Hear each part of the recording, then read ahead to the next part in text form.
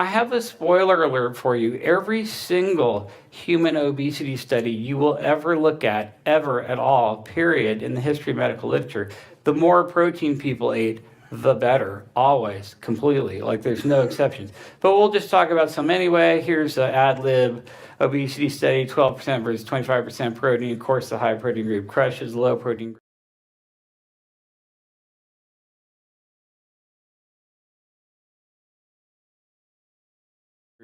Look at the intra-abdominal fat going down on the high protein group.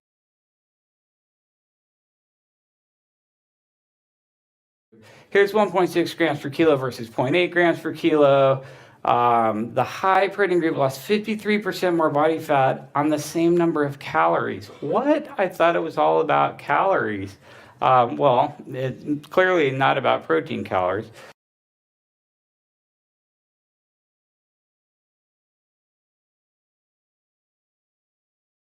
Okay, here's a study, ad lib human obesity study, 15% versus 30%. Of course, the high protein group just crushes the low protein group. They lost way more weight, way more fat, and had lower hunger scores the entire time, which is pretty magical. 16% versus 27%. Of course, the high protein group wins. So I was a huge low carb fan for a while. And then I'm like, oh, wow, maybe this paleo thing is, where it's at, because I realized that, when you eat less processed foods, you eat more protein and fiber, you have higher, satiety, and you don't eat as much. And so I kind of fell through the low carb, paleo, keto, carnivore, wormhole that so many people have fallen through. But then I kind of realized, oh, wait a second.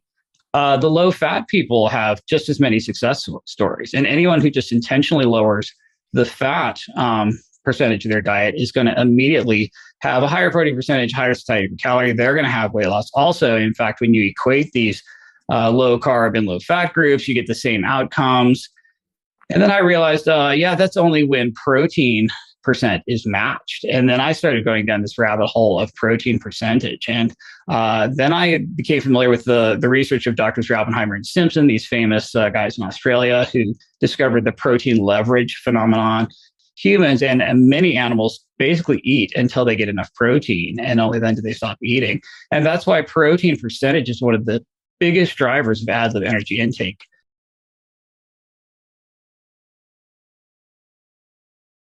Hunter-gatherer world macronutrient average for hunter-gatherers is about 33% of calories from protein. But the standard American diet is all the way down at about 12.5% protein. And then this obesogenic rat chow is at 10% protein. And if you look at things like the databases of people who've successfully lost weight and kept it off, the one thing they have in common is they've managed to get protein to about 20% of calories. And if you look at studies where you take pre-diabetics and force them to eat 30% of calories from protein, you completely cure 100% of all pre-diabetes. And then you look at elite bodybuilders who are usually, living at 35% protein or maybe even 40% protein from calories. And it turns out that just protein percent of calories is probably the single biggest factor when it comes to how many calories you're going to eat. You can do low carb wrong by just eating tons of fat. It's because I have so many patients who have stalled out on ketogenic diets. Mm-hmm. And if keto was really the answer to just being thin and healthy, everybody would be thin and healthy, right? The whole keto community would be like amazing. Everyone would be blown away. It just really doesn't happen. Like every single person who goes on keto loses 20 pounds instantly, loves it, and boom, stalls out hard and just stays there forever. And the reason for that is because basically you increase your protein percentage and your satiety per calorie when you eliminate refined carbs. But then if the protein percentage is too low or not improved from there, you're basically going to still overeat calories from fat. Your macadamia nuts and your cheese and your butter, and you're going to get thinner and then plateau out when your protein percent doesn't change. And so the way you get past that is to crank up the protein percentage, eat leaner proteins, get rid of really high fat foods and refined fats like, butter and heavy cream and oil and high fat dairy and all this stuff. And then you can actually bust through this sort of keto plateau. But you can do the same thing on a low fat diet. And if you're really smart, you're doing both, like someone like yourself, like a bodybuilder, is basically just as low carb and low fat as you can get at the same time. The type of vegetarian that I was raised is sort of a religious vegetarian where it's just a sin to kill animals, eat them.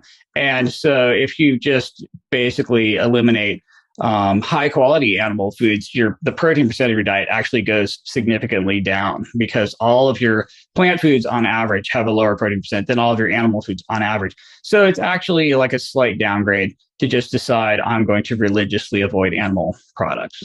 Well, okay, there is some magic there, and that's when it comes to energy density. So there are two huge drivers of ad lib caloric intake. The first one is protein percentage. That's the biggest one. That's the most important one. That's probably the biggest lever anyone can pull. The second one is energy density of the diet.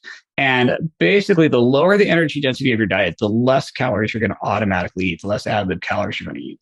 So what happens when you go on like a whole foods plant-based diet is the energy density of your diet just immediately goes way down. I mean, like you look at the Kevin Hall study last year where he put people on like a high-fat keto group and then a low-fat plant-based group. The keto group was animal and the low-fat group was plant-based, and the low-fat plant-based group ate 700 calories a day less automatically with unlimited access to food, but it turns out they had half the energy density of the overall diet compared to the higher-fat, lower-carb, keto, animal-based side.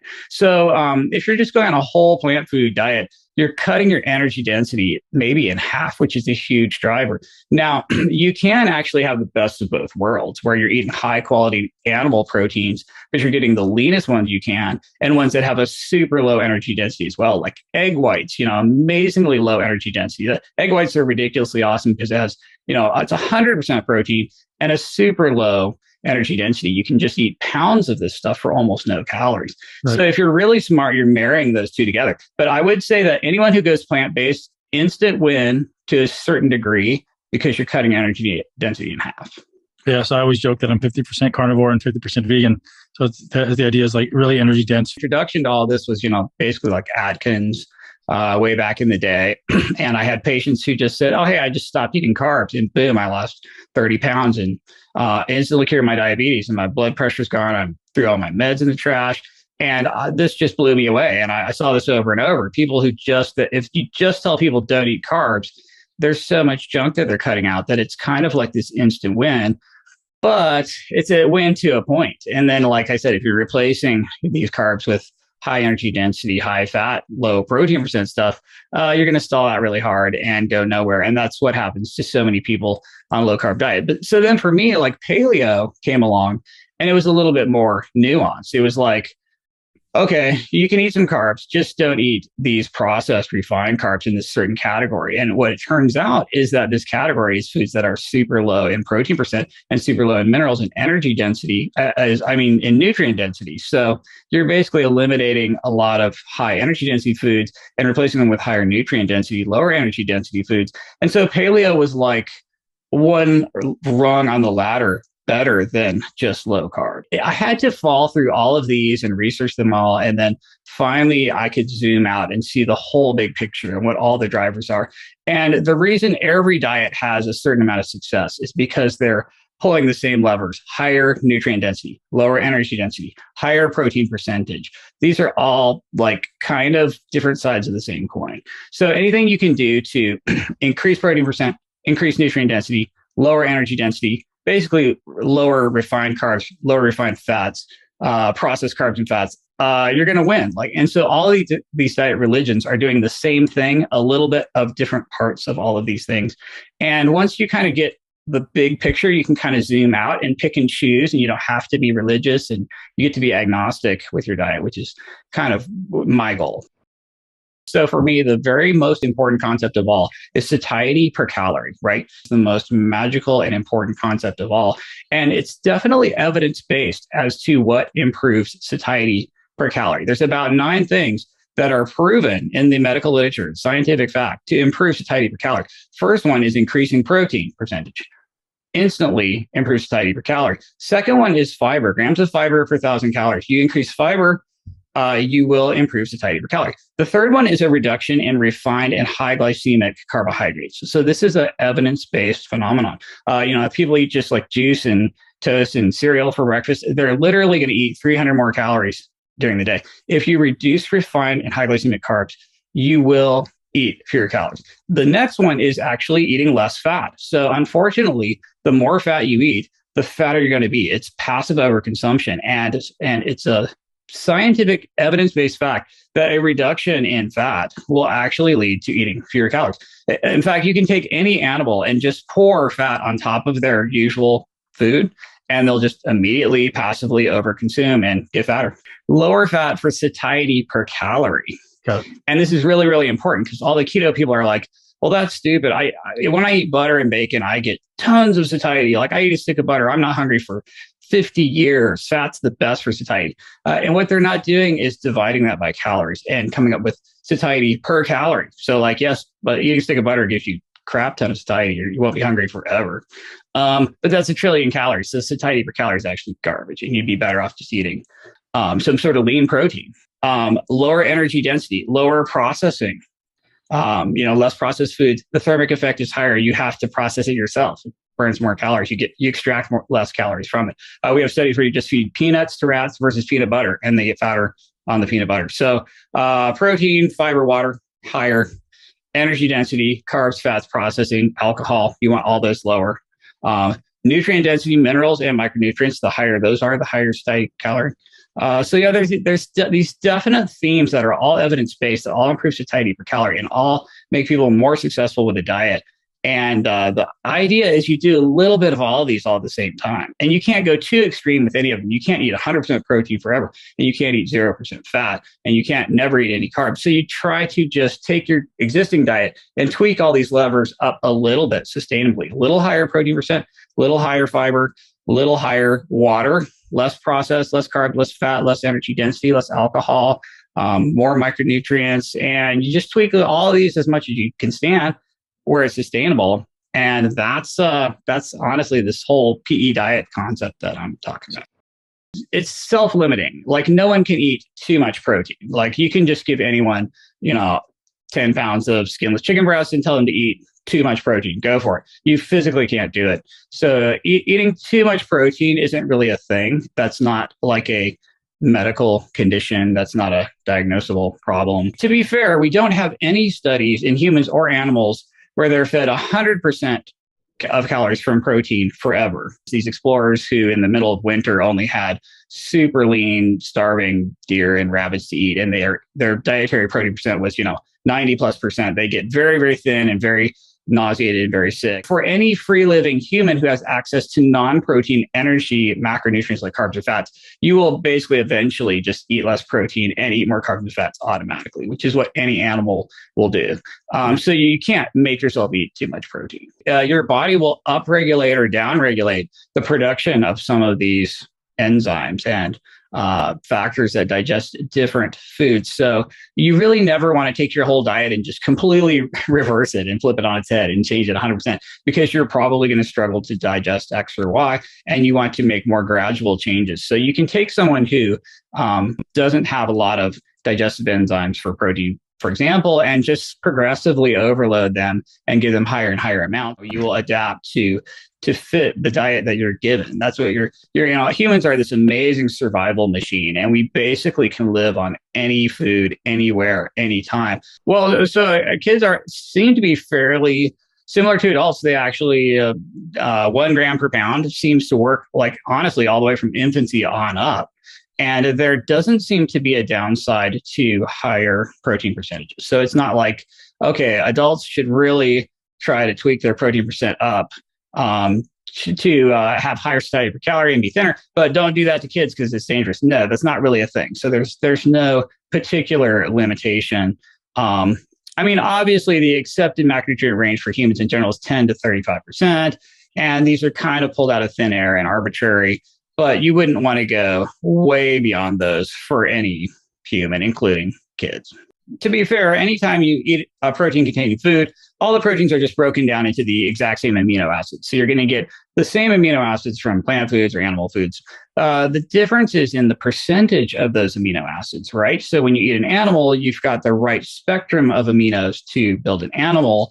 And when you eat a plant, you've got the right spectrum of aminos to build the plant. And so, like, for example, animal muscular hypertrophy in humans, leucine seems to be a huge driver of that. And when you eat animal protein, it's about 10% leucine on average. But your plant protein is like 6% leucine on average. Basically, animal protein is a little better at building animals. You can get there with plant protein, but you might have to eat up to 1.5 times as much. Then there's also a fiber issue. A lot of plant proteins are bound up in fiber, and it's harder to extract them. So if you're really trying to scavenge all your protein from like broccoli, you're in a lot of trouble. Like, you'd have to eat enough broccoli to just die of a bowel blockage before you're going to get the same amount of protein that you just, get from a half chicken breast. So there are all these benefits to animal protein. It's way more digestible. It's way more accessible. It's got a higher leucine percentage and a better spectrum of aminos to build animals.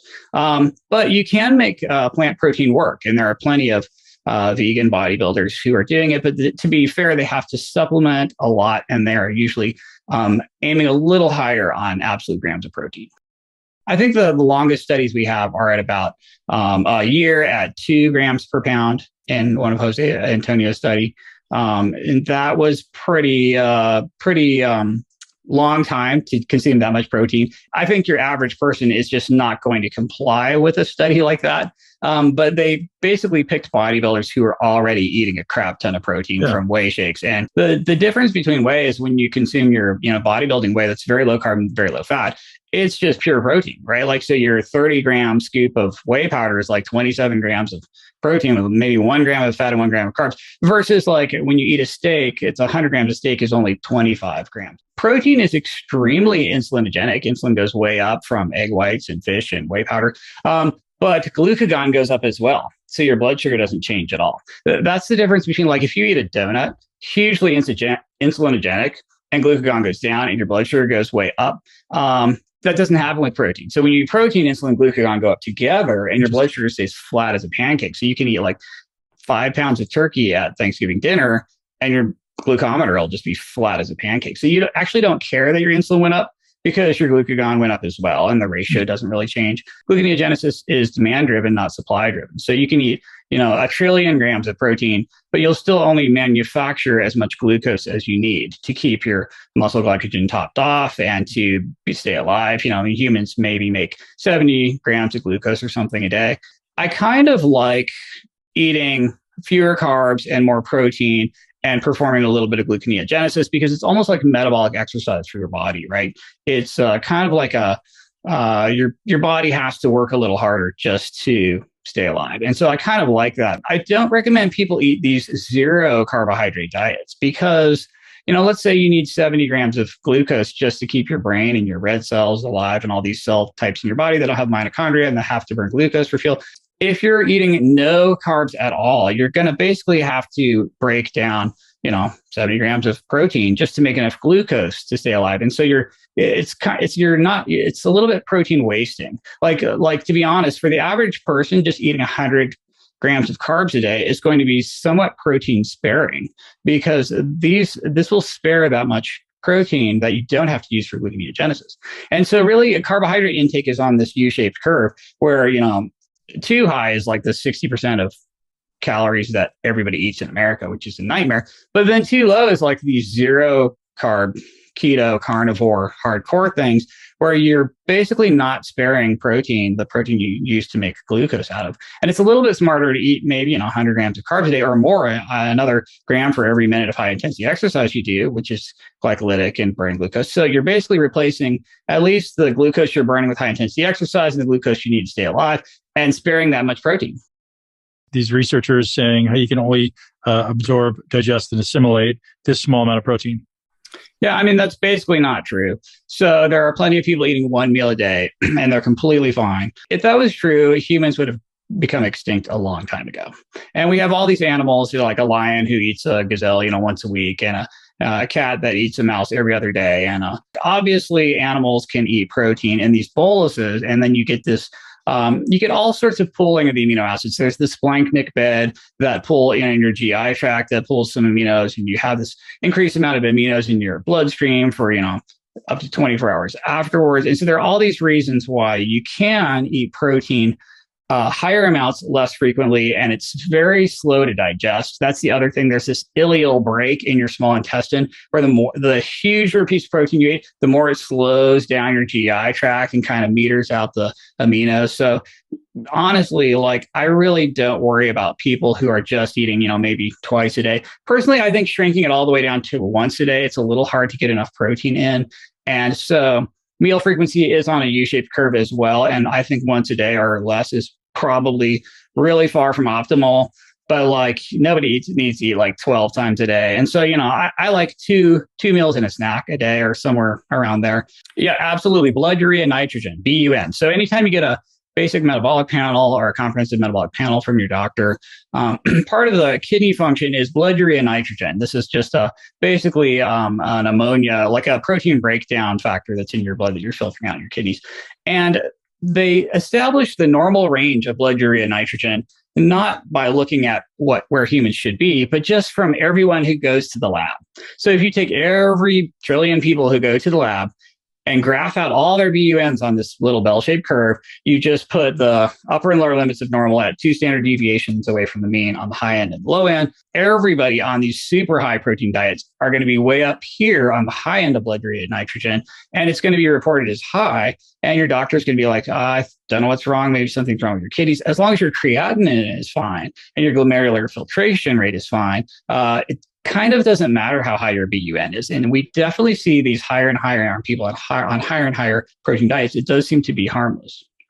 Do you support digestion with enzymes? I really don't, but I am aware of the fact that some people, when they really up their protein, struggle with abdominal pain and digestion and all this stuff. And that's why I am a fan of slowly progressing things. And I find that most people, if they progress slowly, they usually don't have to go that route. I mean, there's always exceptions. I have patients, with chronic pancreatitis, and they're taking all sorts of pancreatic enzymes. They kind of have to do that. But the average person, if they're just slowly progressing, they can kind of adapt and get used to it and upregulate their production of certain digestive enzymes. Yeah, it's not age specific for me. I pretty much recommend everybody target a gram per pound of ideal body weight.